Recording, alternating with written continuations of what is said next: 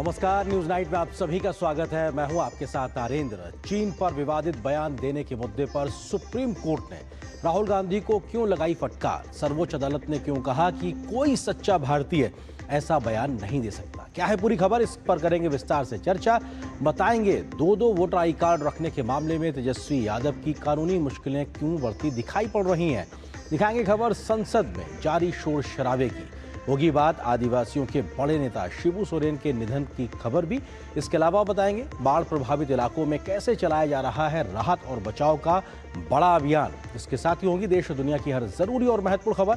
शुरुआत हेडलाइंस के साथ।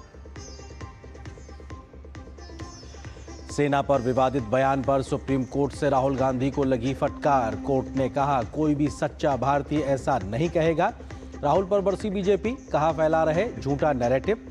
भारत को कमजोर करने और चीन को मजबूत करने का लिया है प्रण।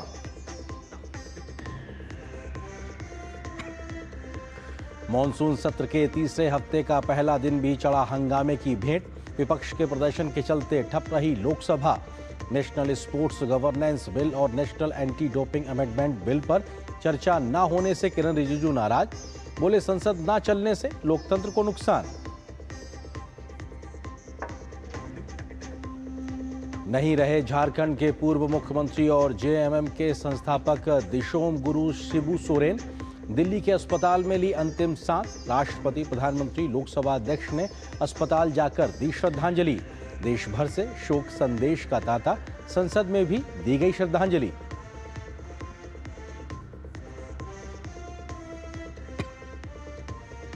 बारिश के बाद उत्तर प्रदेश, मध्य प्रदेश, बिहार समेत देश के कई राज्यों में बाढ़ का कहर।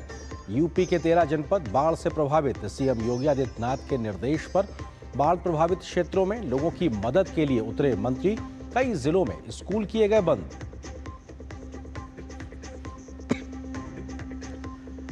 ओवल टेस्ट में रोमांचक मुकाबले में 6 रन से जीता भारत।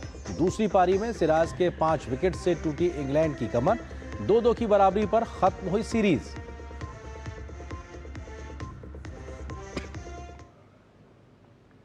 और आज की बड़ी खबर से करते हैं शुरुआत। राहुल गांधी अपने बयानों को लेकर अक्सर राजनीतिक रूप से विपक्षियों के निशाने पर रहते हैं, लेकिन साल 2022 के उनके एक बयान पर आज देश की सर्वोच्च अदालत ने राहुल गांधी को जमकर फटकार लगाई है और उनसे कई गंभीर सवाल भी किए हैं।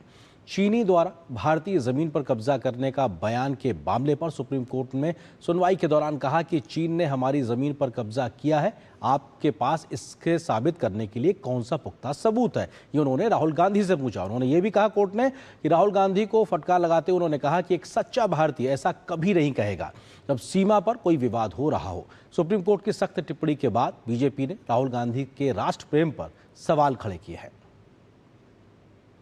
राहुल के झूठे बयान पर बवाल।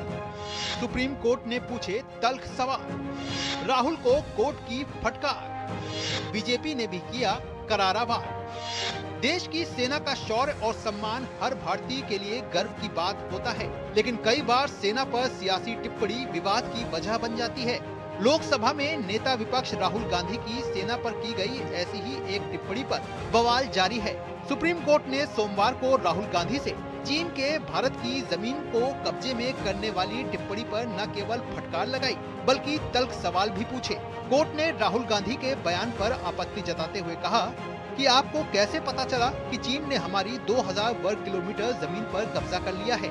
आपके पास इसे साबित करने के लिए कौन सा पुख्ता सबूत है? एक सच्चा भारतीय ऐसा कभी नहीं कहेगा। जब सीमा पर कोई विवाद हो तो क्या यह सब कहना जरूरी है? आप संसद में भी तो इसको लेकर सवाल पूछ सकते थे। राहुल गांधी की ओर से अभिषेक मनु सिंघवी ने दलील दी कि वो विपक्ष के नेता हैं। अगर विपक्ष का नेता मीडिया में छपी खबर को लेकर बयान नहीं दे सकता तो ये बहुत दुर्भाग्यपूर्ण स्थिति होगी। इस पर कोर्ट ने कहा कि आपको जो भी बात कहनी है वो संसद में कहनी चाहिए। सोशल मीडिया पोस्ट में ये सब कहने की क्या जरूरत थी? हालांकि कोर्ट ने राहुल गांधी को राहत देते हुए लखनऊ की अदालत की ओर से जारी समन यानी हाजिरी आदेश पर अंतरिम रोक भी लगा दी है। गौरतलब है कि राहुल गांधी ने भारत जोड़ो यात्रा के दौरान 9 दिसंबर 2022 को दिए बयान में कहा था चीन ने भारतीय सीमा के 2000 स्क्वायर किलोमीटर पर अपना कब्जा कर लिया है। चीन के सैनिकों ने 20 भारतीय सैनिकों को मार गिराया है और वो अरुणाचल प्रदेश में हमारे सैनिकों की पिटाई कर रहे हैं। भारतीय मीडिया इस बारे में कोई सवाल नहीं पूछेगी। सीमा सड़क संगठन के पूर्व डायरेक्टर उदय शंकर श्रीवास्तव ने राहुल के बयान पर आपत्ति जताते हुए लखनऊ की निचली अदालत में मानहानि का मुकदमा दर्ज कराया है। निचली अदालत की कार्रवाई पर रोक की मांग के साथ राहुल गांधी ने सुप्रीम कोर्ट का रुख किया था। कोर्ट के फैसले के बाद बीजेपी राहुल पर हमलावर है। श्रीमान राहुल गांधी जी का ऊपर में जो लगाम लगाया है ये बहुत ही महत्वपूर्ण है। इसके बाद दुस्साहस नहीं करना चाहिए।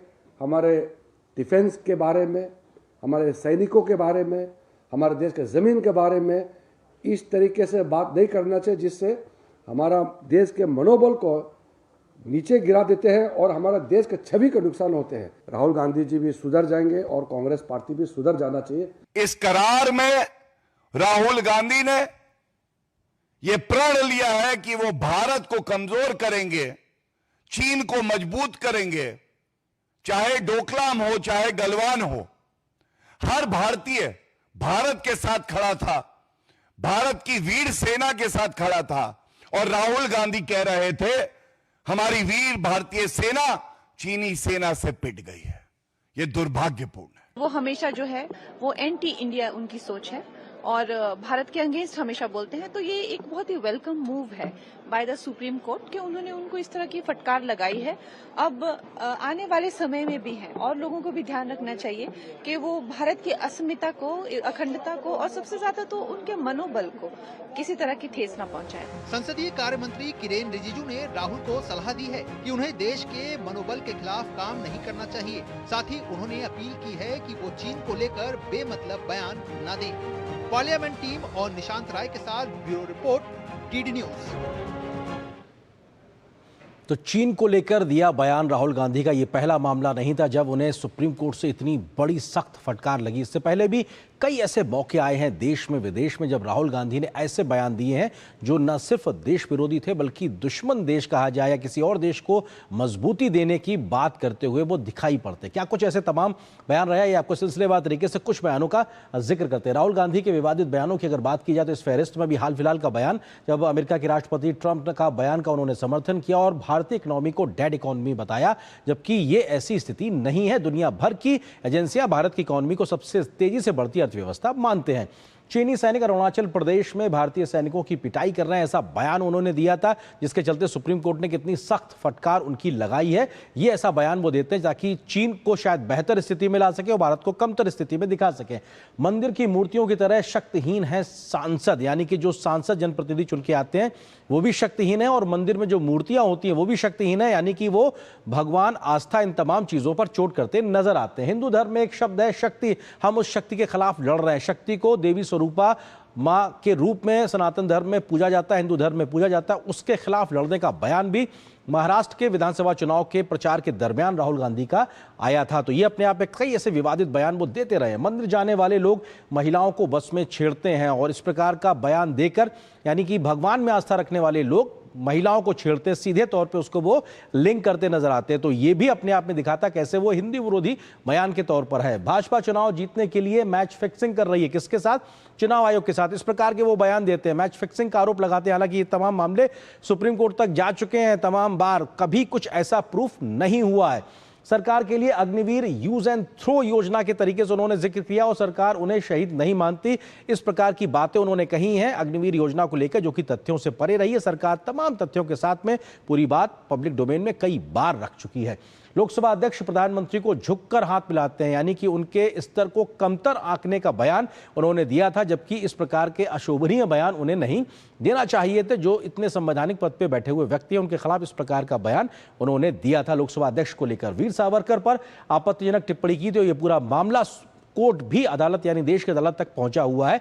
इसमें भी राहुल गांधी घिरे हुए हैं और ये मामले अभी भी लगातार अदालत के तहत विचाराधीन है। तो ये अपने आप में दिखाता है कि राहुल गांधी कई मौकों पर अलग अलग विषयों पर विवादित बयान देते रहे हैं। तो ये आपत्तिजनक बयानों की एक फहरिस्त है। राहुल गांधी के विवादित बयानों की बात की जाए तो सितंबर 2024 अमेरिका में विदेशी सरजमीन में भी उन्होंने भारत विरोधी नेताओं से मुलाकात की और चीन के समर्थन में बयान दिया था। तमाम ऐसे लोग जो भारत विरोधी बयान देते हैं, अमेरिका में उनके साथ मुलाकात की तस्वीरें सार्वजनिक हुई थी और साथ ही साथ चीन को बेहतर और भारत को कमतर होने का बयान भी अमेरिका में उन्होंने सितंबर 2024 में दिया था। अगले तथ्य की अगर बात करें तो आपको बताते हैं किस प्रकार से सितंबर 2023 में बेल्जियम में एक कार्यक्रम के दौरान उन्होंने नरेंद्र मोदी के पीएम बनने के बाद से भारत में भेदभाव और हिंसा बढ़ी है, ये बयान दिया था। यानी कि भारत में सामाजिक समरसता में कमी आई है, इस प्रकार का बयान देकर वो विदेशी सरजमी से भारत की छवि को धूमिल करने का प्रयास कर रहे थे। मई 2023 में अमेरिका में ही उनका बयान आता है कि भारत में लोकतंत्र खतरे में है, यानी भारतीय लोकतांत्रिक व्यवस्था पर ही उन्होंने एक तरीके से सवाल खड़े करने की कोशिश की। लेकिन भारत का लोकतंत्र कितना वाइब्रेंट और डेमोक्रेटिक तरीके से आगे बढ़ता है,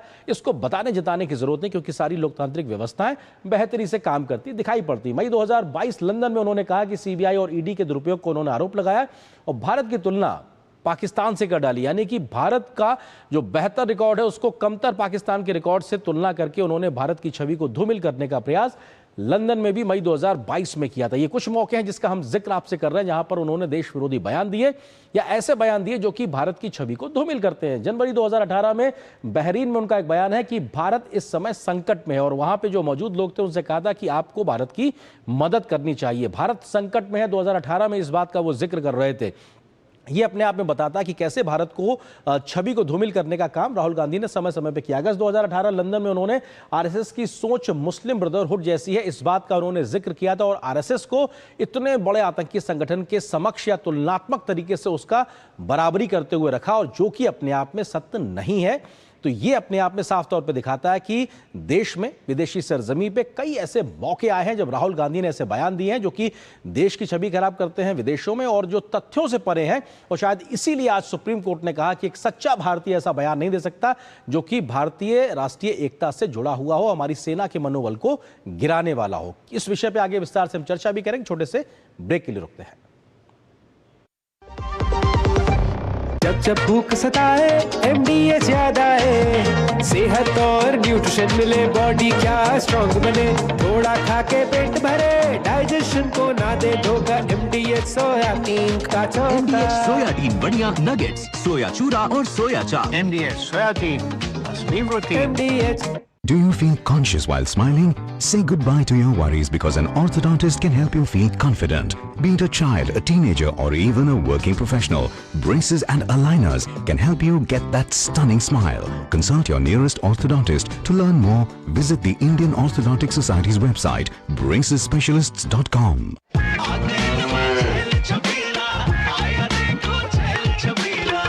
एक कपिला, अरे भाई सब एक ही जैसा होता है। ये लो साधारण पशु आहार।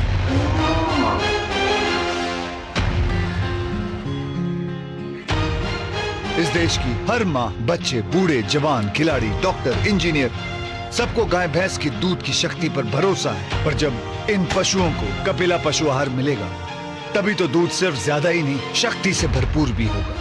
और ये सच जानते हुए चंद पैसों के लिए तुम देश का भरोसा तोड़ दो। कपिला पशु आहार, देश का नंबर 1 पशु आहार।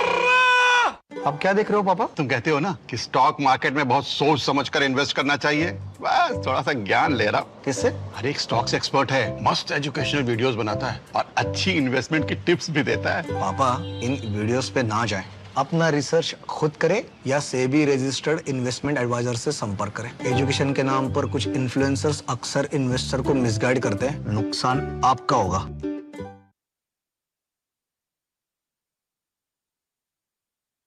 जब धरती चीर कर निकलता है लोहे का पत्थर और मिलता है मोंगिया के जोश से, फिर तपता है, पिघलता है और बनता है फौलाद।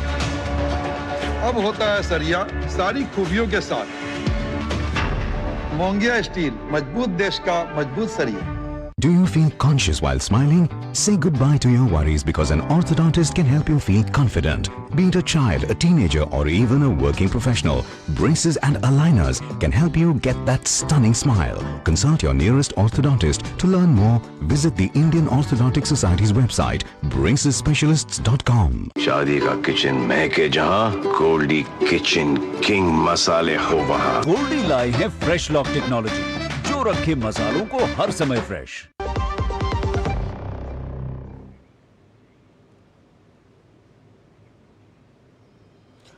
और आगे खबर का रुख करते हैं और बात करते हैं लोकसभा में किस प्रकार से, या कहा जाए राज्यसभा में, संसद में किस प्रकार की आज स्थिति रही। क्योंकि संसद के लिहाज से बात की जाए तो राज्यसभा के मौजूदा सांसद और झारखंड के पूर्व सीएम शिबू सोरेन के निधन के कारण आज राज्यसभा ने उनको श्रद्धांजलि अर्पित की और दिन भर के लिए स्थगित हो गई। लेकिन उधर लोकसभा में विपक्षी दलों का बिहार में चल रहे SIR के मुद्दे पर जोरदार हंगामा आज भी देखने को मिला, जिसके चलते आज लोकसभा 2 बार के स्थगन के बाद दिन भर के लिए स्थगित कर दी गई और कोई विधायी कामकाज होता हुआ नहीं दिखाई पड़ा। बीते 2 सप्ताह में भी संसद में ज्यादा विधायी कामकाज नहीं हो पाया, सिर्फ ऑपरेशन सिंदूर पर ही एक लंबी चर्चा देखने को मिली थी और तीसरे सप्ताह के पहले दिन भी आज कमोवेश वही हंगामा और शोर शराबा देखने को मिला है।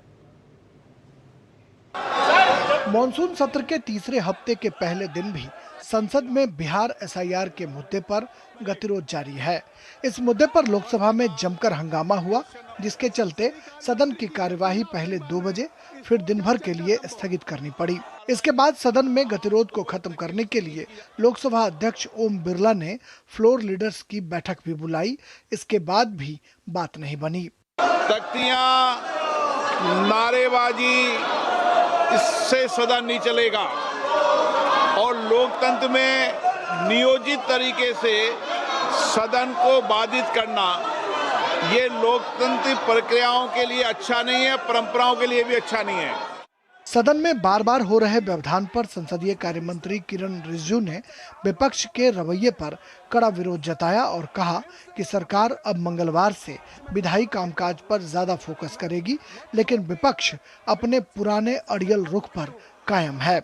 हम चर्चा चाहते हैं और बिना चर्चा किए कोई बिल पारित नहीं करना चाहते हैं। कल भी हम राज्यसभा में मुद्दे बिल लेके आएंगे, तो हम फिर से हमारे विपक्ष के नेताओं को पुकारना चाहता हूं कि जो आपने 2 सप्ताह पूर्ण हमको वादा किया कि आप चर्चा करेंगे, डिबेट करेंगे, वो आप उसमें कायम रहे और कल से हम बिल पारित करने के लिए हम कोशिश जोर से करेंगे। SIR is a very serious issue. The Election Commission has said that 65 lakh voters have been removed from Bihar for various reasons. And what is alarming is they have now said that 6.5 lakhs of those voters are now registered in Tamil Nadu. How do 6.5 lakh voters who were previously registered in Bihar become voters of Tamil Nadu? हंगामे के बीच ही लोकसभा में प्रश्नकाल में केंद्रीय मंत्री मनसुख मांडविया ने रोजगार से जुड़े सवाल का उत्तर भी दिया। पिछले 1 साल में 16 महीने में ही भारत सरकार की ओर से 11 लाख से अधिक युवाओं को रोजगार मेला के माध्यम से रोजगार उपलब्ध कराया गया। उधर राज्यसभा में दिवंगत मौजूदा सांसद और झारखंड के पूर्व मुख्यमंत्री शिबू सोरेन को श्रद्धांजलि दी गई, जिसके बाद सदन की कार्यवाही दिन भर के लिए स्थगित कर दी गई। लोकसभा स्पीकर ने भी फ्लोर लीडर्स की बैठक बुलाकर यह सुनिश्चित करने की कोशिश की है कि सदन में सब कुछ ठीक ठाक चले। देखना होगा कि आने वाले दिनों में लोकसभा स्पीकर की इस बैठक का कितना असर विपक्षी सदस्यों पर होता है, यह देखने वाली बात होगी।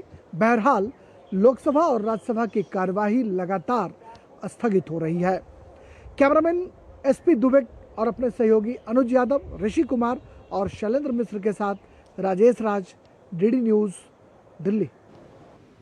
तो संसद की कार्रवाई की खबर के बाद एक बार फिर से लौटते हैं आज की उस बड़ी खबर पे, जो कि सुप्रीम कोर्ट से आई थी, जहां पर राहुल गांधी को फटकार लगाई थी सुप्रीम कोर्ट ने उनके विवादित बयान को लेकर। इस पर हम करेंगे चर्चा। इससे जुड़ा है हमारा आज का विशेष गलत बयानी पर राहुल गांधी को सुप्रीम कोर्ट से फटकार, क्योंकि उन्होंने चीन के संदर्भ में ऐसा बयान दिया था जिसे सुप्रीम कोर्ट ने भी माना। एक सच्चा भारतीय ऐसा बयान नहीं दे सकता। इस विषय पर बात करने के लिए खास मेहमानों का पैनल मेरे साथ मौजूद है। यासिर जिलानी है जो कि प्रवक्ता है भारतीय जनता पार्टी के, इसके अलावा विजय कौशिक, नेता कांग्रेस पार्टी के, वरिष्ठ पत्रकार और संपादक ऑर्गेनाइजर प्रफुल्ल केतकर जी। आप तीनों का बहुत बहुत स्वागत है। विजय कौशिक जी, शुरुआत आपसे, क्योंकि बहुत बार हम लोगों ने राहुल गांधी के विवादित बयानों पर चर्चा की है, लेकिन वो राजनीतिक बयानों तक सीमित करने का आपने हमेशा प्रयास किया। लेकिन अब सुप्रीम कोर्ट कह रहा है कि कोई भी सच्चा भारतीय ऐसा बयान नहीं दे सकता है। इसके बाद क्या तर्क होगा इस बात को जस्टिफाई करने का कि ये बयान सही दिए गए या बयान देने के लिए अब माफी मांग लेना चाहिए? देखिए, सुप्रीम कोर्ट जो फटकार लगा रहा है, जो आदेश दे रहा है, जरूरी नहीं है कि सुप्रीम कोर्ट की हर बात को ठीक ठहराया जाए। मतलब आप उस बात को खारिज कर रहे हैं जो सुप्रीम कोर्ट ने कहा है? जी बिल्कुल खारिज कर रहे हैं। भाई, भारतीय की परिभाषा क्या है और लोकतंत्र में बोलने की आजादी क्या है, इसको सुप्रीम कोर्ट पहले परिभाषित करे। सुप्रीम कोर्ट ने इसी, आपने जो कहा, सुप्रीम कोर्ट ने इसी तर्क पे ये कहा कि बोलने की आजादी का मतलब ये नहीं कि आप कुछ भी बोलेंगे, जो देश की सुरक्षा से जुड़ा हुआ मामला हो। ये सुप्रीम कोर्ट ने कहा है, वो मैं बता रहा हूं आपको। देखिए, माननीय सुप्रीम कोर्ट से मैं पूछना चाहता हूँ कि देश की सुरक्षा से जुड़ा मामला है तो क्या देश के सुप्रीम कोर्ट को अधिकार है कि वो मोदी जी को बुलाकर पूछ सके और पूछ सके कि भाई जो पहले की स्थिति थी 2014 में वो क्या थी और अब क्या है, और उसके आधार पर सुप्रीम कोर्ट की एक जांच कमेटी बिठाकर वहां डेलीगेशन भेज दे। हमने क्या चाहा था सरकार से, राहुल गांधी ने भाई ने क्या चाहा था सरकार से कि भाई जो फोटो मीडिया में आई जिनमें वो हमारे भारतीय सैनिकों के ऊपर अटैक करते हुए दिखाई दे रहे थे चीनी, उसका जवाब मांगा और ये कहा कि भाई ठीक है, अगर सरकार कह रही है कि 1 इंच भी भूमि नहीं ली है उन्होंने, तो एक डेलीगेशन जो है वहां भेज दिया जाए। हम जाने के लिए तैयार हैं। अच्छा, लेकिन विजय जी, विजय कौशिक जी, सवाल ये है, राहुल गांधी कहते हैं कि साहब इतनी संख्या में जो हमारी भारतीय जमीन है उसको चीन ने कब्जा लिया, वो ये बयान देते हैं, ऑन रिकॉर्ड देते हैं। सबूत कहां है? सुप्रीम कोर्ट ये भी कह रहा है कि इस बात को आप कैसे प्रूव करेंगे? अगर है तो क्यों नहीं पब्लिक डोमेन में वो सबूत दिए जाते हैं, सुप्रीम कोर्ट में दिए जाते, ताकि राहुल गांधी सही साबित हो और सरकार का पक्ष खारिज हो जाए? क्यों नहीं सबूत दे रहे हैं? सुप्रीम कोर्ट को ये मालूम होना चाहिए कि जो बॉर्डर का एरिया है वो संवेदनशील एरिया होता है। वहां पर कोई भी व्यक्ति ऐसे नहीं है कि मुंह उठाकर पहुंच जाए। अगर राहुल गांधी जी भी जाना चाहेंगे तो ये जानकारी फिर कहां से मिल गई राहुल जी को? अगर इतना संवेदनशील है तो जानकारी कहां से मिल गई उनको फिर? जो खबरें इंटरनेशनल मीडिया में आई और जिनमें ये दावे किए गए थे कि जो सैटेलाइट की इमेजेस दुनिया के सामने आई, जिनके आधार पर ये महसूस हो रहा था कि चाइना ने हमारी भूमि कब्जा ली है। ठीक है यासिर जिलानी जी, दुनिया भर में ऐसी खबरें कहीं से मीडिया में आई हैं जो कि जिसकी वजह से राहुल गांधी इस प्रकार का बयान दे रहे हैं कि साहब चीन की सेना हमारे सैनिकों के साथ ऐसा बर्ताव कर रही है और हमारी जमीन कब्जा लिया गया। यासिर जिलानी। आयेंद्र जी, देखिए, कोर्ट ने क्लियर पूछा है कि आपको कैसे पता चला कि चीन ने भारत की जमीन हड़प ली। ये कोर्ट ने सीधा, बिल्कुल सरल, कोई इसमें इधर उधर घुमाने की जरूरत नहीं, जैसे कौशिक जी घुमा रहे, कि आप अपनी विश्वसनीय जो सूत्र है, आप जिसका हवाला देते हैं, वो आप सामने रख दीजिए, पब्लिक डोमेन में रख दीजिए, पार्लियामेंट में रख दीजिए, कहीं जाके आप रख दीजिए कि आपने कैसे, आपको किसने कहा कि जमीन चीन ने हड़प। राहुल गांधी नहीं बोलेंगे। देखिए, उनके साथ मसला ये है कि वो हैबिचुअल अफेंडर हो चुके हैं। वो लगातार निरंतर, ये पहला केस नहीं है कि कोर्ट ने फटकार लगाया, वो कोर्ट के चक्कर 2014 से लेके अब तक जिस तरीके से लगा रहे हैं, अपनी जो वो कहते हैं कि राजनीति में बिल्कुल वो परिपक्वता के साथ। लेकिन यासिर जिलानी जी, लेकिन वो सैटेलाइट की तस्वीरों की पिक्चर दिखाते हैं, कहते हैं साहब देखिए कैसे यहाँ पे इंक्रोचमेंट हो गया है, वो तस्वीरें दिखाते तो है सैटेलाइट की। मैं आता हूँ विजय कौशिक जी, आप ही की बात का जवाब ले रहा हूँ। पता है वो जो सैटेलाइट की पिक्चर दिखाते हैं, इनकी जो IT टीम है बैठी हुई है इनके दफ्तर में, वो उनको दे देती है। उसको वो किसी से ये प्रूफ नहीं देते हैं, बस ये कह देते हैं कि आप मीडिया में चला लीजिए, आप अपनी बात को रख लीजिए, आप लाइमलाइट में आ जाएंगे जी। मतलब आज के डेट में राहुल गांधी को कोई इसलिए सीरियस नहीं ले रहा है कि वो इतनी बार झूठ बोल चुके हैं और इतने गंभीर मुद्दे पे वो इस तरह के बच्चों वाली बात करते हैं कि लोग हैरान रह जाते हैं। आप देखिए कि अभी पिछले 2 दिन पहले पार्लियामेंट के अंदर माननीय अरुण जेटली जी के लिए जो उन्होंने बात कही है, जो मतलब एक तरीके से इन्हें शर्म भी नहीं आती, जो इंसान है नहीं जिसने आपके सामने इस तरह की बात नहीं कभी कही, आप उनको लेके इस तरह की बात करते हो। और मैं आपको उसी संबंध में एक और कड़ी जोड़ दूं, इन्होंने इसी तरह की बात जैसे अरुण जेटली जी के लिए कहा है, उन्होंने मनोहर पर्रिकर को भी लेके इसी तरह की इन्होंने बात कही थी। बिल्कुल, दो दिवंगत नेताओं को लेकर इस प्रकार के बयान दिए थे। प्रफुल्ल केतकर जी, बहुत गंभीरता से आप इस पूरी बात को सुन रहे हैं। सुप्रीम कोर्ट के द्वारा नेता प्रतिपक्ष को संभवतः पहली बार इस प्रकार की बात कहना कि आप अगर सच्चे भारतीय होते तो ऐसी बात नहीं कहते, ये टिप्पणी क्या मायने रखती है और इसके संकेत और संदेश क्या है? क्या सीखना और समझना चाहिए कांग्रेस को, राहुल गांधी को? प्रफुल्ल जी। आर्येंद्र, हम पूरा यदि आर्ग्यूमेंट आज जो भी कोर्ट में हुआ उसको देखें, और ठीक से मुझे लगता है बैलेंस केवल सोशल मीडिया की कैकोफोनी में नहीं देखना चाहिए। अभिषेक मनु सिंघवी बार बार ये बात बताने की कोशिश कर रहे थे राहुल गांधी के वकील बनकर कि प्रतिपक्ष का नेता जो है वो ये बिंदु नहीं उठाएगा, सरकार से ये सवाल नहीं करेगा तो कौन करेगा, और क्या ये स्वतंत्रता उसको नहीं होनी चाहिए। लेकिन उसके साथ साथ वो कह रहे थे शायद शब्दों का चयन ठीक हो सकता था, शायद फोरम ठीक हो सकता था। वो क्लियरली ये बताता है, और ये अभी पहली बार इसलिए नहीं है, ये चिंता की बात इसलिए है क्योंकि राफेल के मामले में यही हुआ था। जब चौकीदार चोर वाला मामला कोर्ट में पहुंचा तो वहां पे यही हुआ। जब पूरा का पूरा सावरकर को लेकर उन्होंने जब गलत बयानी की थी माफीवीर के रूप में, तो उनको खुद को ही माफी मांगनी पड़ी थी। अब 2 बार लगातार ऐसे हुआ कि राहुल गांधी कुछ बोले और वो पाकिस्तान में हीरो बन गए। तो सच्चे भारतीय होना मतलब विपक्ष के नाते उनको प्रश्न पूछने का बिल्कुल अधिकार है। 2000 स्क्वायर किलोमीटर कितना होता है इसका अंदाजा भी राहुल गांधी जी को है क्या, जब वो 2000 स्क्वायर किलोमीटर की बात करते हैं? नहीं, वो आंकड़े भी 2 बार अलग अलग दे चुके हैं प्रफुल्ल जी, आंकड़े भी 2 अलग अलग दे चुके हैं 2 बार।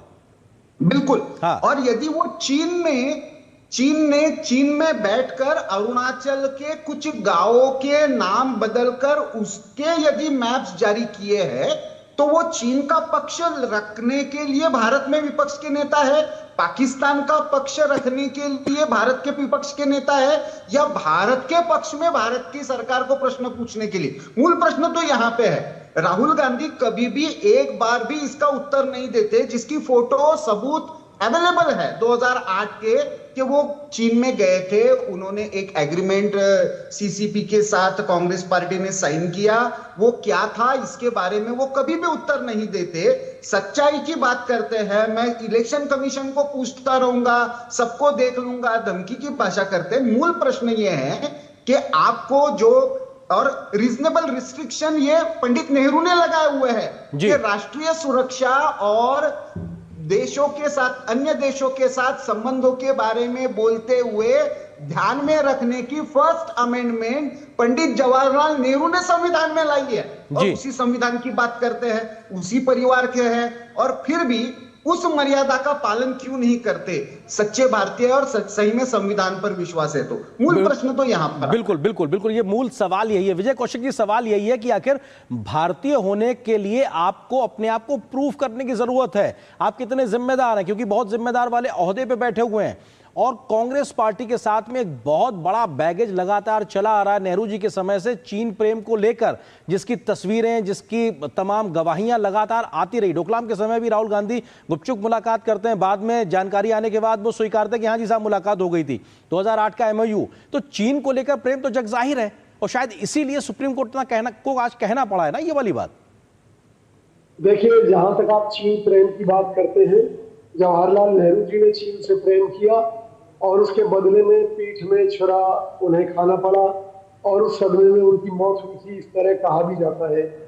पहली बात। दूसरी बात, उस समय भी युद्ध की स्थिति में जब विपक्ष ने सवाल उठाया था कि चाइना ने हमारी इतनी जमीन पर कब्जा कर लिया, तो वो भी मीडिया रिपोर्ट्स के आधार पर उठाया था।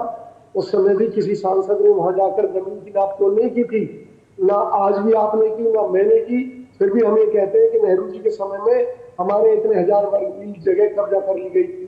इस तरह से अब अगर इंटरनेशनल मीडिया में खबरें आई और उनको राहुल गांधी जी ने उठा दिया तो कोई पाप नहीं किया, तो सुप्रीम कोर्ट की फटकार का हमारे लिए कोई मायने नहीं रखती। राहुल गांधी जी के लिए आप कह रहे हैं सुप्रीम कोर्ट मायने नहीं रखती, आप ये कह रहे हैं? आपने सुप्रीम कोर्ट की फटकार राहुल गांधी जी के लिए कोई मायने नहीं रख सकती, वो उनको संघर्ष के पक्ष से नहीं हटा सकती। नहीं, संघर्ष करने से वो कहाँ रोक रहे हैं? वो तो कह रहे हैं गलत बयानी से रोकने की बात कर रहे हैं। और अगर आप सच्चे भारतीय हैं तो ऐसा बयान ना दें तो सेना का मनोबल तोड़ता हो और जो ऐसे विवाद की स्थिति पैदा करे, वो ये कह रहे हैं। सुनिए, गलत बयानी की बात ये है, आज तक पूरे देश का मीडिया ये दिखाने की और बताने की कोशिश करता है कि चौकीदार चोर है के मुद्दे पर राहुल गांधी को सुप्रीम कोर्ट में माफी मांगनी पड़ी।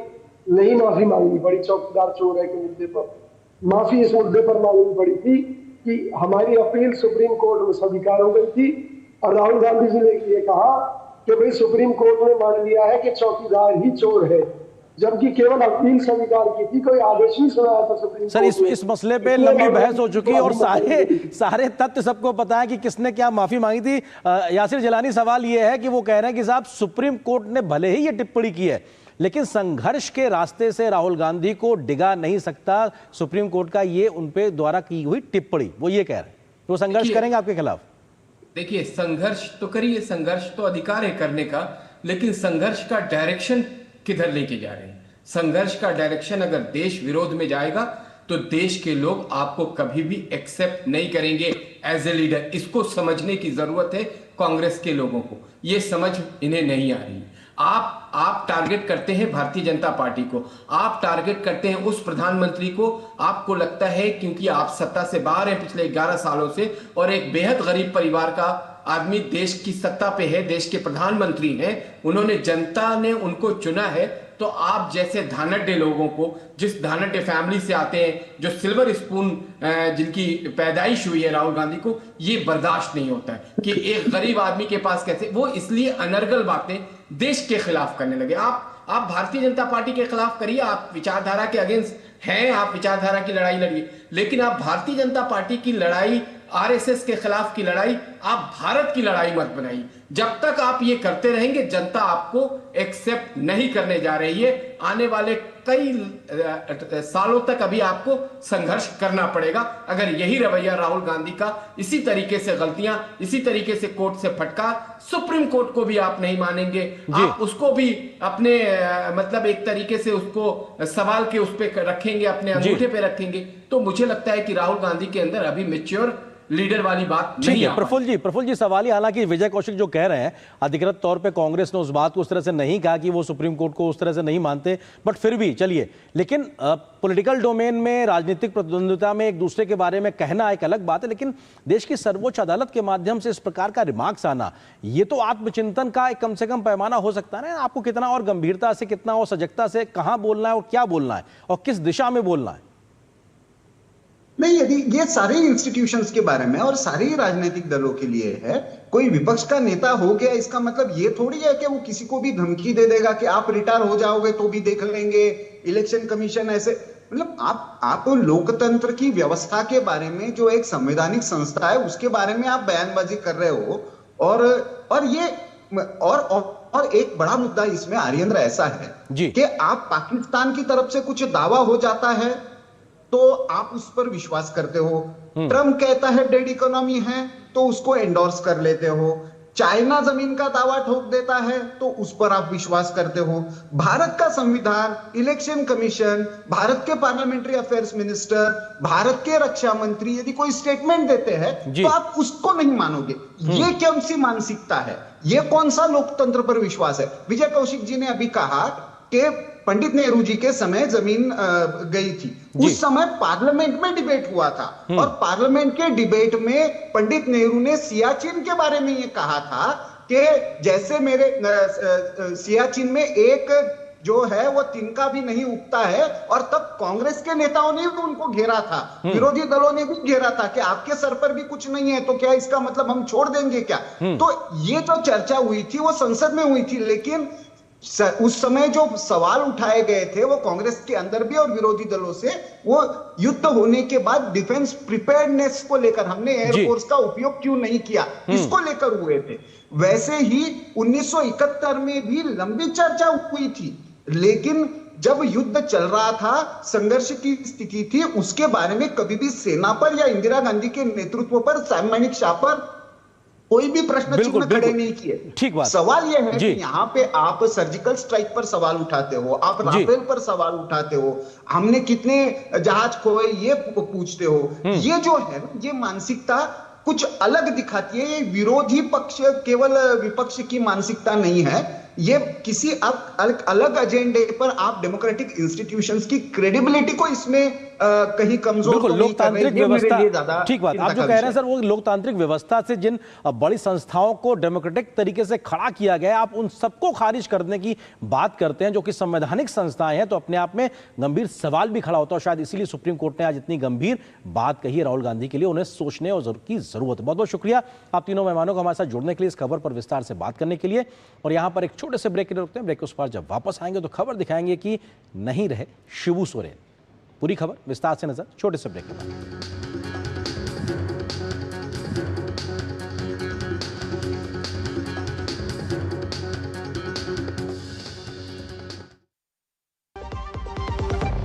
मम्मी भूख लगी। ये 1 मिनट में नहीं 4 मिनट में आएगा।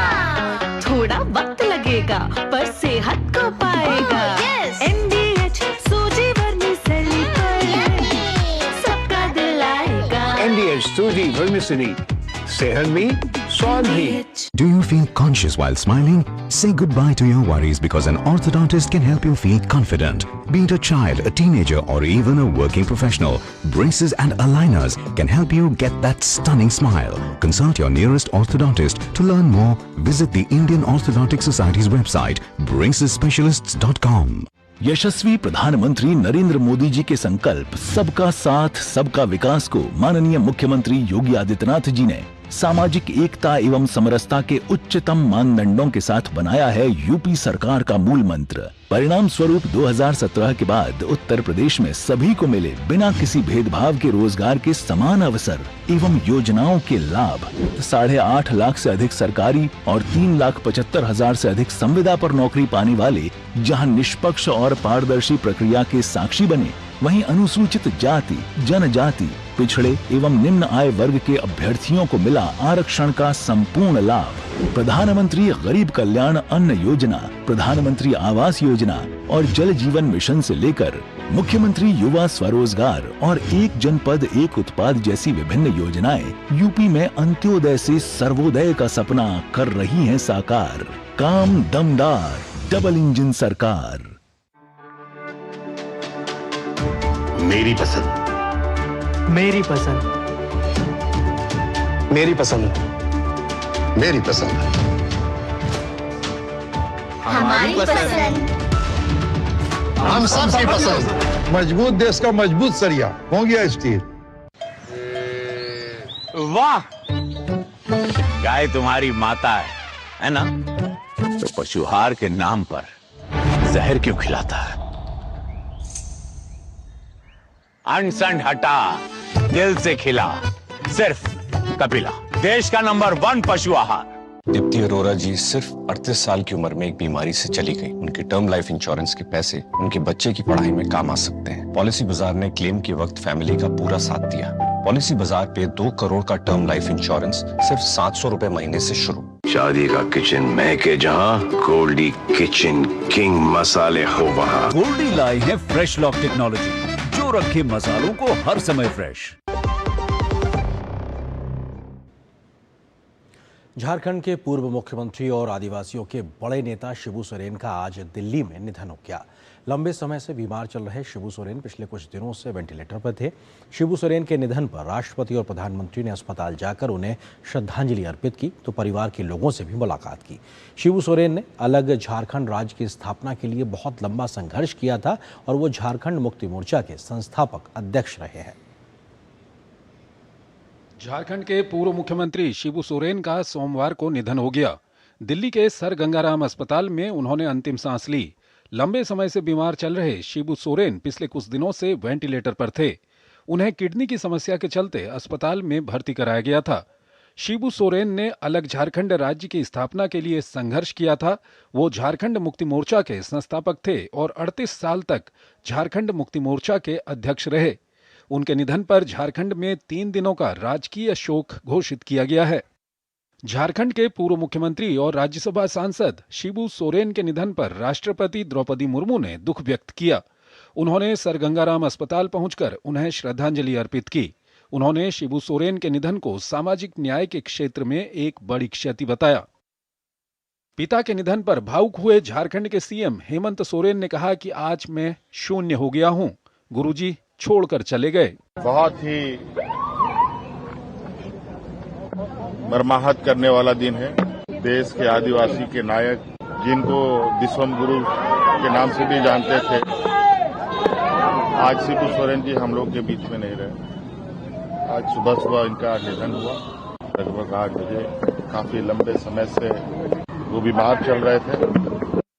शिबू सोरेन को अस्पताल पहुंचकर कई नेताओं ने भी श्रद्धांजलि अर्पित की। लोकसभा अध्यक्ष ओम बिरला, कांग्रेस अध्यक्ष मल्लिकार्जुन खड़गे और लोकसभा नेता प्रतिपक्ष राहुल गांधी ने शिबू सोरेन को श्रद्धांजलि दी। आदिवासी संथाल समुदाय से ताल्लुक रखने वाले शिबू सोरेन का जन्म जनवरी 1944 को हजारीबाग के नेमरा गांव में हुआ था। 18 साल की उम्र में उन्होंने संथाल नवयुवक संघ का गठन किया और साल 1972 में झारखंड मुक्ति मोर्चा की स्थापना की। शिबू सोरेन 3 बार झारखंड के मुख्यमंत्री रहे। 1980 में दुमका से पहली बार लोकसभा के लिए चुने गए, जबकि 1989, 91 और 96 में भी लोकसभा के लिए निर्वाचित हुए। 2002 में राज्यसभा पहुंचे। मनमोहन सिंह सरकार में वो कोयला मंत्री रहे। शिबू सोरेन समर्थकों में दिशोम गुरु के नाम से जाने जाते हैं। उनके बेटे हेमंत सोरेन वर्तमान में झारखंड के मुख्यमंत्री हैं। ब्यूरो इनपुट के साथ नीतेंद्र सिंह की रिपोर्ट, डीडी न्यूज। तो झारखंड मुक्ति मोर्चा के संस्थापक और पूर्व मुख्यमंत्री शिबू सोरेन का निधन देश के लिए एक अपूर्णीय क्षति है। प्रधानमंत्री नरेंद्र मोदी ने स्वयं गंगाराम अस्पताल पहुंचकर उन्हें श्रद्धांजलि अर्पित की। प्रधानमंत्री ने उन्हें वंचितों की मुखर आवाज उठाने वाला, जमीन से जुड़ा नेता बताया है। झारखंड मुक्ति मोर्चा के संस्थापक और पूर्व मुख्यमंत्री शिबू सोरेन का निधन एक युग का अंत है। दुख की इस घड़ी में प्रधानमंत्री नरेंद्र मोदी स्वयं दिल्ली के गंगाराम अस्पताल पहुंचे और उनके पुत्र और मौजूदा मुख्यमंत्री हेमंत सोरेन को एक अभिभावक की तरह सांत्वना दी। भावुक कर देने वाले इस पल के बीच उन्होंने पार्थिव शरीर पर अपनी पुष्पांजलि अर्पित कर परिवारजनों के साथ अपनी संवेदनाएं व्यक्त की। एक परिवार के सदस्य की तरह पीएम मोदी ने हेमंत सोरेन और कल्पना सोरेन का ढांढस बंधाया और मूक भाव से ये जाहिर किया कि भले ही अब उनके पिता इस दुनिया में नहीं रहे, लेकिन एक संरक्षक अभी भी उनके बीच है।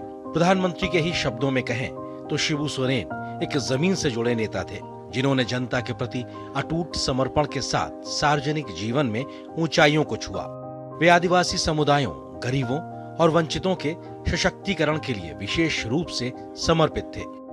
उनके निधन से दुनिया में एक ऐसा नेता सदा के लिए खो दिया जो वंचितों की मुखर आवाज था। और यहाँ पर एक और छोटे से ब्रेक के लिए रुकते हैं। ब्रेक उस पार वापस आके आपको दिखाएंगे खबर कि बाढ़ का कहर कैसा है, लेकिन राहत अभियान भी जोर शोर से चल रहा है। इस खबर पर विस्तार से नजर छोटे से ब्रेक के बाद।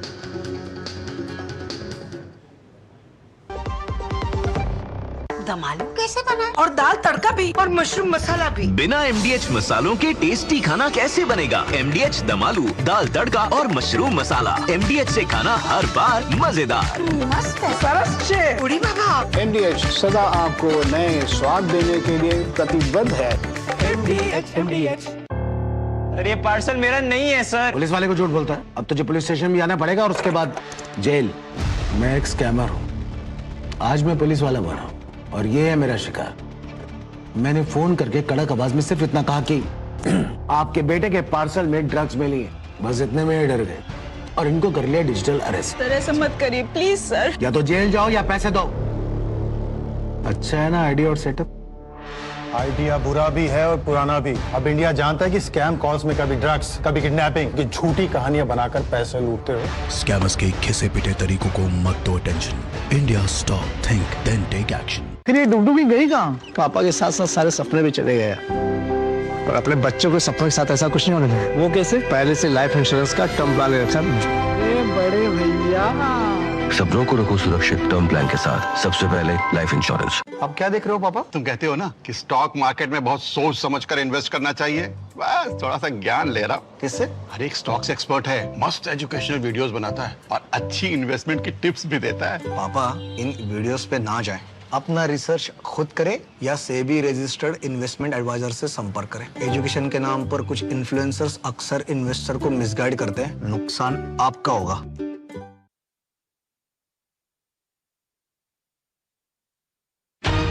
इस देश की हर माँ, बच्चे, बूढ़े, जवान, खिलाड़ी, डॉक्टर, इंजीनियर, सबको गाय भैंस की दूध की शक्ति पर भरोसा है। पर जब इन पशुओं को कपिला पशु आहार मिलेगा, तभी तो दूध सिर्फ ज्यादा ही नहीं, शक्ति से भरपूर भी होगा। कपिला पशु आहार, देश का नंबर 1 पशु आहार। सुनो, एक अच्छी इंश्योरेंस पॉलिसी एआई से पूछते हैं। एक ऐसी पॉलिसी जिसमें प्रीमियम पेमेंट हो लिमिटेड पर इनकम आती रहे लाइफ टाइम। LIC का जीवन उत्सव। एक ऐसी पॉलिसी जो दे होल लाइफ इंश्योरेंस कवर भी। LIC का जीवन उत्सव। वाह, चलो तो LIC की जीवन उत्सव पॉलिसी ही लेते हैं। मैं भी तुमसे यही कह रही थी, LIC का जीवन उत्सव। लाइफ टाइम सेलिब्रेशन मनाइए LIC के जीवन उत्सव के साथ, फ्यूचर सेट है। शादी का किचन महके जहाँ, गोल्डी किचन किंग मसाले हो वहाँ। गोल्डी लाई है फ्रेश लॉक टेक्नोलॉजी जो रखे मसालों को हर समय फ्रेश। और ब्रेक के बाद आपका एक बार फिर से स्वागत है। खबरों में आगे बढ़ें उससे पहले दिखाते हैं आपको बुलेटिन में अभी तक किन बड़ी खबरों से हमने आपको रूबरू कराया। जिस बड़ी खबर से हमने आपको अनुभव कराया उसमें राहुल गांधी को सुप्रीम कोर्ट से कैसे फटकार लगी है, इस बड़ी खबर से हमने आपको रूबरू कराया। साथ ही साथ लोकसभा में गतिरोध आज भी तीसरे सप्ताह के पहले दिन जारी रहा, तो 2 वोटर कार्ड पर किस प्रकार से तेजस्वी यादव घिरे हैं, इस खबर का भी एक पहलू आप तक पहुंचा है। आगे बढ़ते हैं और अगली खबर का रुख करते हैं जो कि दिल्ली से जुड़ी हुई है। दिल्ली विधानसभा का मानसून सत्र सोमवार से शुरू हो गया है। दिल्ली के शिक्षा मंत्री आशीष सूद ने सदन में दिल्ली विद्यालय शिक्षा शुल्क निर्धारण एवं विनिमय में पारदर्शिता विधेयक 2025 पेश किया है। इसमें स्कूलों की फीस के निर्धारण से जुड़े प्रावधान है। सरकार का कहना है कि बिल दिल्ली के उन बच्चों के लिए लाभकारी होगा जो शिक्षा से वंचित है। बिल के प्रावधानों की बात अगर की जाए तो दिल्ली के नए शिक्षा विधेयक में क्या कुछ बड़े प्रावधान उसका जिक्र करते हैं। हर स्कूल को 3 वर्ष की प्रस्तावित फीस पहले ही दाखिल करनी होगी। केवल 3 साल में एक बार ही संशोधन संभव होगा। फीस बढ़ाने के लिए कमेटी बनाई जाएगी। स्कूल, जिला और राज्य स्तर पर 3 स्तरीय रेगुलेशन एक तरीके से कमेटी बनाई जाएगी। ये तमाम प्रावधानों का हम जिक्र कर रहे हैं। फीस बढ़ाने के लिए कमेटी बनाने का प्रावधान इस विधेयक के माध्यम से किया गया है, जो कि दिल्ली के स्कूलों में अभिभावकों के पड़ने वाले इस बोझ को कम करेगा। स्कूल हो, जिला हो और राज्य स्तर पर 3 अलग अलग स्तरीय रेगुलेशन और अपीलीय कमेटियां बनाई जाएंगी, जिसका एक तरीके से इसमें निर्धारण किया जाएगा। फीस निर्धारण के मानदंड भी बनाए गए हैं कि आखिर किस पैमाने पर, उसका एक फॉर्मूला क्या होगा, फीस निर्धारण बनाने का वो भी तय किया गया है। स्कूल का इंफ्रास्ट्रक्चर, स्टाफ का वेतन, वार्षिक वृद्धि, ये तमाम मापदंड उसमें स्थापित होंगे और इसी फार्मूले के तहत उसको आगे बढ़ाया जाएगा। मुनाफाखोरी को रोकना अनिवार्य होगा, ये इस विधेयक के माध्यम से सुनिश्चित करने का काम किया गया। स्कूल मुनाफाखोरी ना करें, अभिभावकों को अपील करने का पूरा हक इस विधेयक के माध्यम से दिल्ली की सरकार ने दिया है अभिभावकों को। सभी स्कूल के फैसले स्कूल की वेबसाइट पर डालने होंगे ताकि लोगों को पता लग सके, खासतौर से अभिभावकों को पता लग सके, पेरेंट्स को पता लग सके कि आखिर स्कूल ने क्या फैसला किया है। स्कूल अभिभावकों को परेशान नहीं करेगा, ऐसी शिकायतें नहीं आनी चाहिए। बीते समय ऐसी कुछ शिकायतें हैं, इसका निर्धारण भी किया गया। गैर कानूनी वृद्धि पर 1 से 10 लाख रुपए तक का स्कूल पर जुर्माना होगा, इसका प्रावधान भी इस विधेयक में किया गया। बार बार नियम तोड़ने वाले स्कूल की मान्यता रद्द भी की जा सकती है, ये भी सख्त प्रावधान इस विधेयक में दिल्ली की सरकार ने किया है। विवाद लंबित रहने पर स्कूल पिछले वर्ष की फीस ही ले सकेगा। अगर ऐसा कोई विवाद होता है तो पिछले वर्ष की जो फीस है वही मान्य होगी। सभी स्कूलों को वित्तीय रिकॉर्ड और प्रस्तावित फीस सार्वजनिक करना होगा, ये अपने आप में तय किया गया है।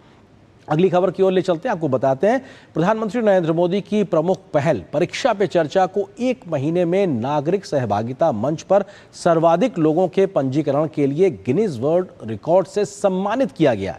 यह सम्मान वर्ष 2025 में आयोजित कार्यक्रम के 8वें संस्करण के दौरान 3.53 करोड़ वैध पंजीकरण के अभूतपूर्व आंकड़े को मान्यता देता है। गिनीज वर्ल्ड रिकॉर्ड का आधिकारिक प्रमाण पत्र नई दिल्ली में आयोजित एक विशेष समारोह में प्रदान किया गया।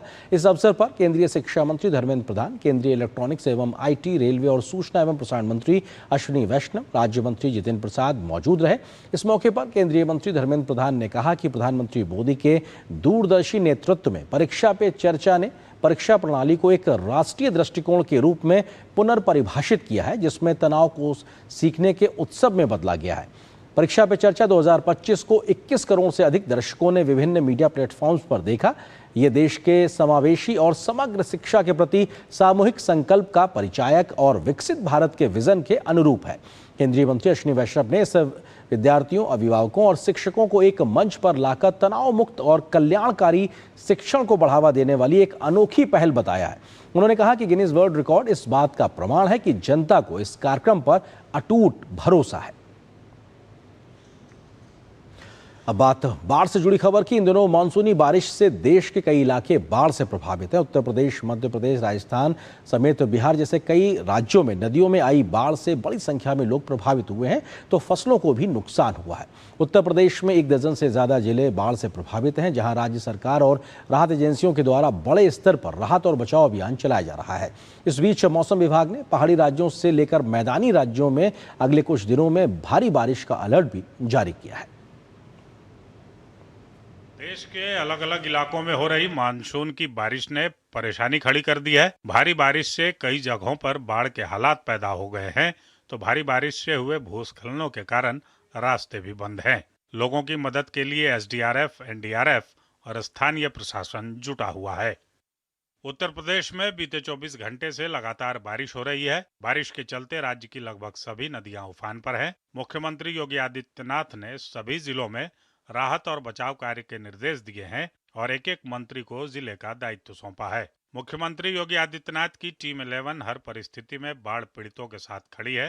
प्रयागराज में गंगा और यमुना नदी उफान पर है, जिससे रिहायशी इलाकों में लोगों के घरों में नदी का पानी घुस गया है। एसडीआरएफ द्वारा लगातार रेस्क्यू किया जा रहा है। राज्य के मंत्री राकेश सचान ने भोगनीपुर के बाढ़ प्रभावित क्षेत्रों का दौरा कर बाढ़ पीड़ित परिवारों को राहत सामग्री वितरित की। वहीं बलिया में प्रभारी मंत्री दयाशंकर मिश्र दयालु ने बाढ़ राहत किट का वितरण किया। वाराणसी में गंगा नदी का जलस्तर बढ़ने से तटीय इलाकों में बाढ़ जैसे हालात बने हुए हैं। राहत और बचाव कार्य के लिए एनडीआरएफ द्वारा रेस्क्यू ऑपरेशन चलाया जा रहा है। वाराणसी में उत्तर प्रदेश सरकार में मंत्री सुरेश कुमार खन्ना और अनिल राजभर ने प्रभावित इलाकों में मुख्यमंत्री बाढ़ राहत किट का वितरण किया। एनडीआरएफ बलिया, प्रयागराज और वाराणसी में ऑपरेशन चला रही है। वाराणसी में अब तक 150 से अधिक लोगों को सुरक्षित रेस्क्यू किया गया है।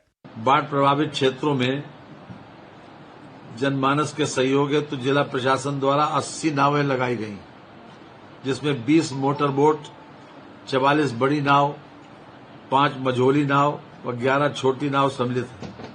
उक्त के अतिरिक्त एनडीआरएफ की 5 टीम 19 मोटर बोट के साथ तैनात है। एनडीआरएफ का पूरे उत्तर प्रदेश में जो है डिप्लॉयमेंट है।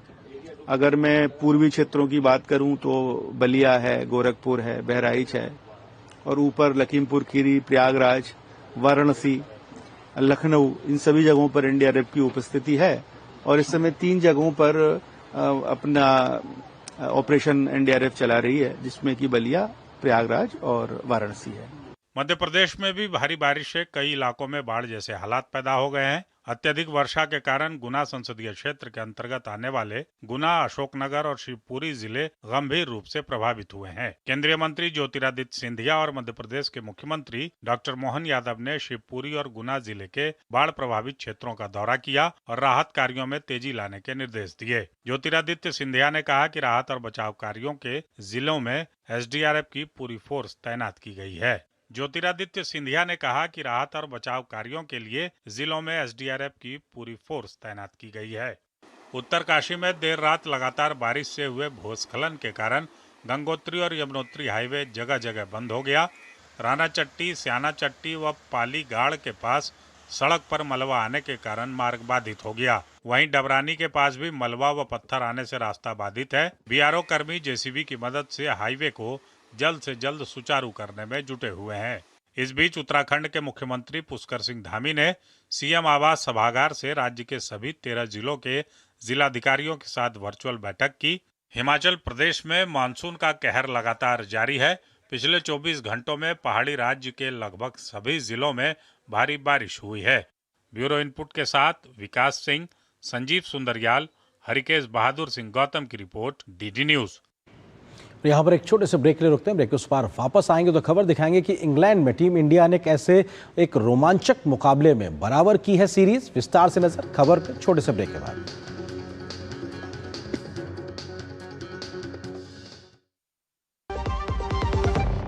जब भूख सताए MDH याद आए, सेहत और न्यूट्रिशन मिले, बॉडी क्या स्ट्रॉन्ग बने, थोड़ा खा के पेट भरे, डाइजेशन को ना दे धोखा, MDH सोयाबीन का चोखा। MDH सोयाबीन बढ़िया नगेट्स, सोया चूरा और सोया चाप। MDH सोयाबीन असली प्रोटीन। MDH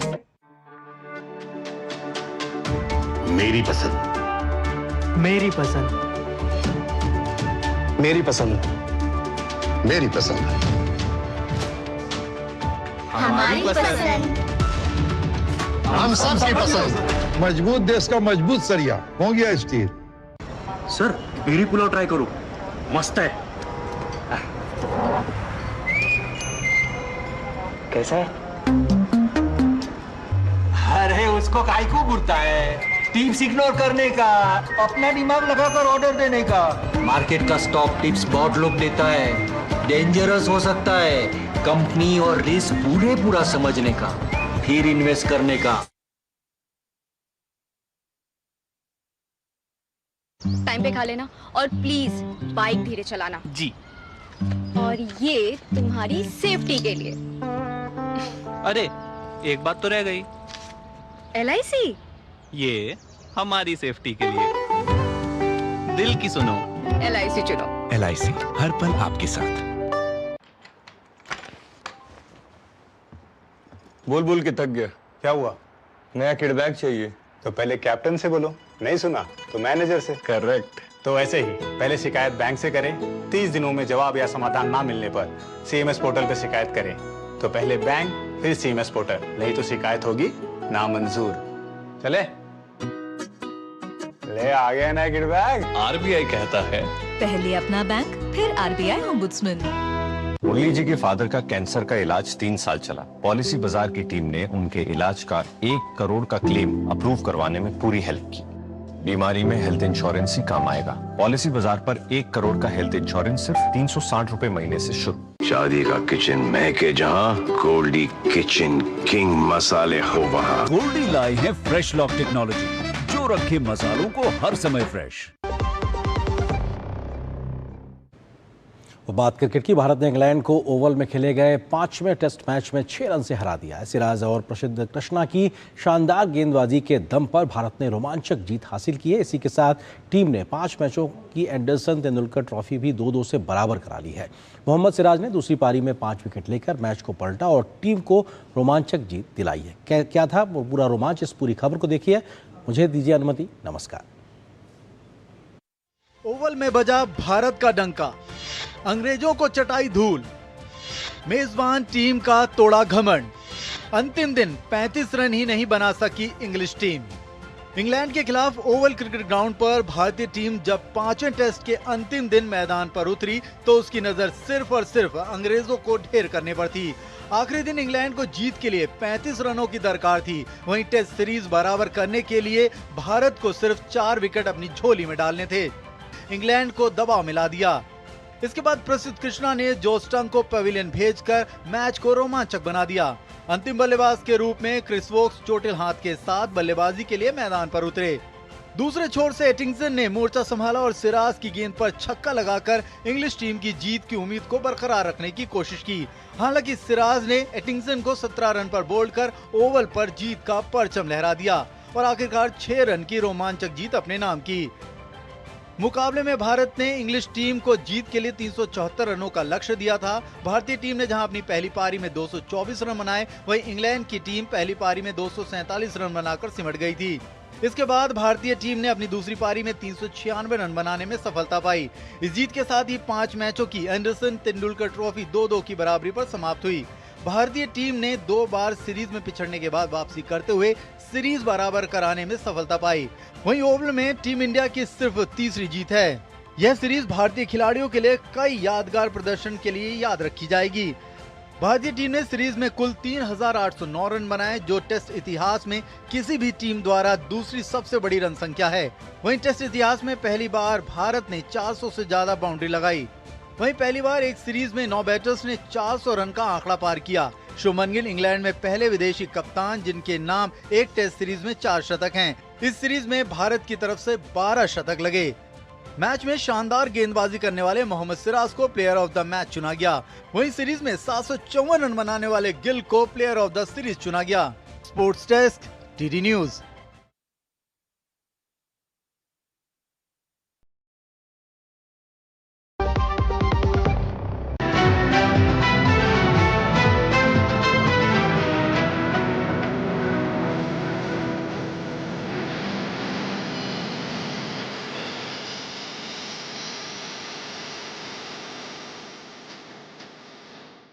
न्यूज नाइट के प्रायोजक थे LIC। हर